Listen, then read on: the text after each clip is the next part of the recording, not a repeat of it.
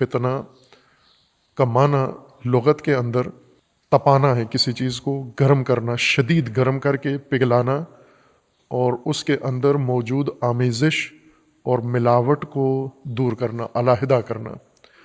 چونکہ عام چیزیں، دھاتیں بھی آپس میں مخلوط ہو جاتی ہیں، زمین کا نظام ایسا ہے کہ کوئی چیز بھی خالص حالت میں نہیں ہے کہ بالکل خالص اور اس کے اندر کوئی دوسرا عنصر، کوئی دوسرا ایٹم، کوئی دوسری تاثیر نہ ہو۔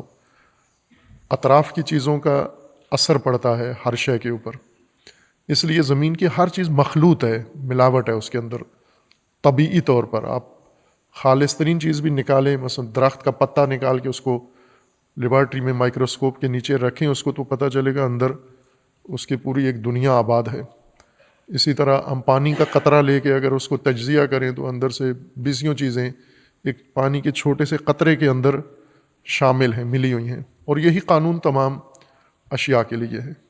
یہ طبیعی ملاوٹ ہے، ترکیب ہے، مرکبات ہیں۔ تمام اجسام، مائعات ہوں یا وہ گیس ہوں یا وہ ٹھوس شکل میں ہوں، جامد، یہ سب مرکبات ہیں، ترکیب ہے، مختلف چیزوں سے مل کر بنے ہوئے ہیں۔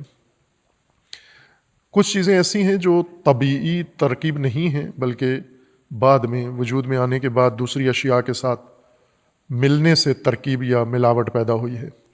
آج انسان علوم کی مدد سے اس بات پہ قادر ہو گیا ہے کہ اشیاء میں جیسی بھی ترکیب ہو ان کو تجزیہ کر سکتا ہے، جز جز اس کا علیحدہ کر سکتا ہے۔ پہلے انسانوں کے پاس یہ طاقت نہیں تھی۔ مثلا پانی کے تمام اجزاء ایک دوسرے سے الگ کر دیے جائیں، یا کوئی اور چیز ہے اس کے تمام اجزاء ایک دوسرے سے الگ کر دیں۔ انسان کے بدن میں خون ہے، اس خون میں بہت ساری تراکیب ہیں، بہت سارے اجزاء ہیں۔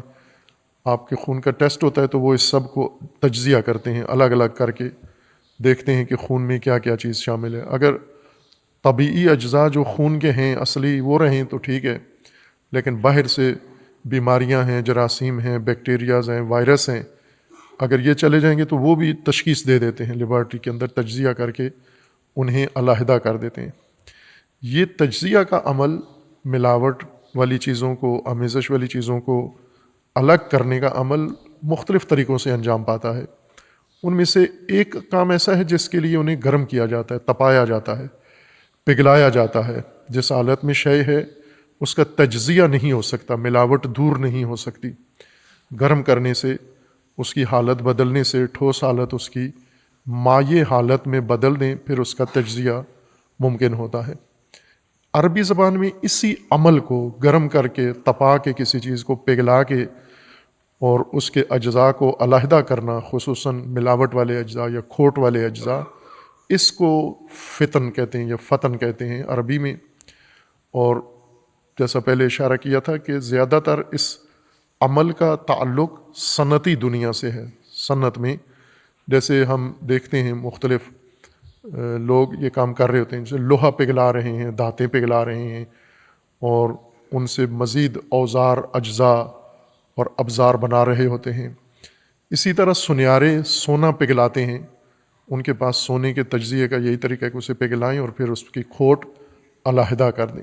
بس لفظ فتن یا فتنہ اس شدت، گرمی کے ذریعے سے شے کو گرم کر کے، تپا کے، پگھلا کے کھوٹ دور کرنا ہے۔ ظاہر ہے کئی لازمے آ جاتے ہیں اس عمل کے اندر۔ قرآن کریم نے یہ لفظ صنعت سے اٹھا کے سماج میں استعمال کیا ہے، اور تمام لغات میں یہ ہے کہ کچھ الفاظ جو ہیں وہ طبیعت کے ہیں لیکن وہ انسانی معاشرے کے لیے بھی، عمل کے لیے استعمال ہوتے ہیں۔ بائیں کہ انسانی معاشرت کی ترکیب دھاتوں کی ترکیب سے مختلف ہے، لیکن پھر بھی ترکیب ہے یہ بھی ایک انسانی معاشرے کے اندر۔ انسان اکٹھے جب رہتے ہیں، ایک دوسرے کے ساتھ باہمی زندگی گزارتے ہیں، معاملات کو ایک دوسرے کے ساتھ شریک رکھتے ہیں، تو ان کے اندر بھی ترکیب آ جاتی ہے، آمیزش آ جاتی ہے، ملاوٹ آ جاتی ہے، اور بہت سارے امور جو سماجی طبیعت کے برخلاف ہوتے ہیں انہیں تصفیہ کیا جاتا ہے۔ جیسا کہ ابھی مثلاً ہم آج اگر بیٹھ کر اپنے معاشرے کی تشخیص کریں، تجزیہ کریں، لیبارٹری میں لے جائیں اس سماج کو، پیتھولوجی اس کی کریں ہم، تو ہمیں بہت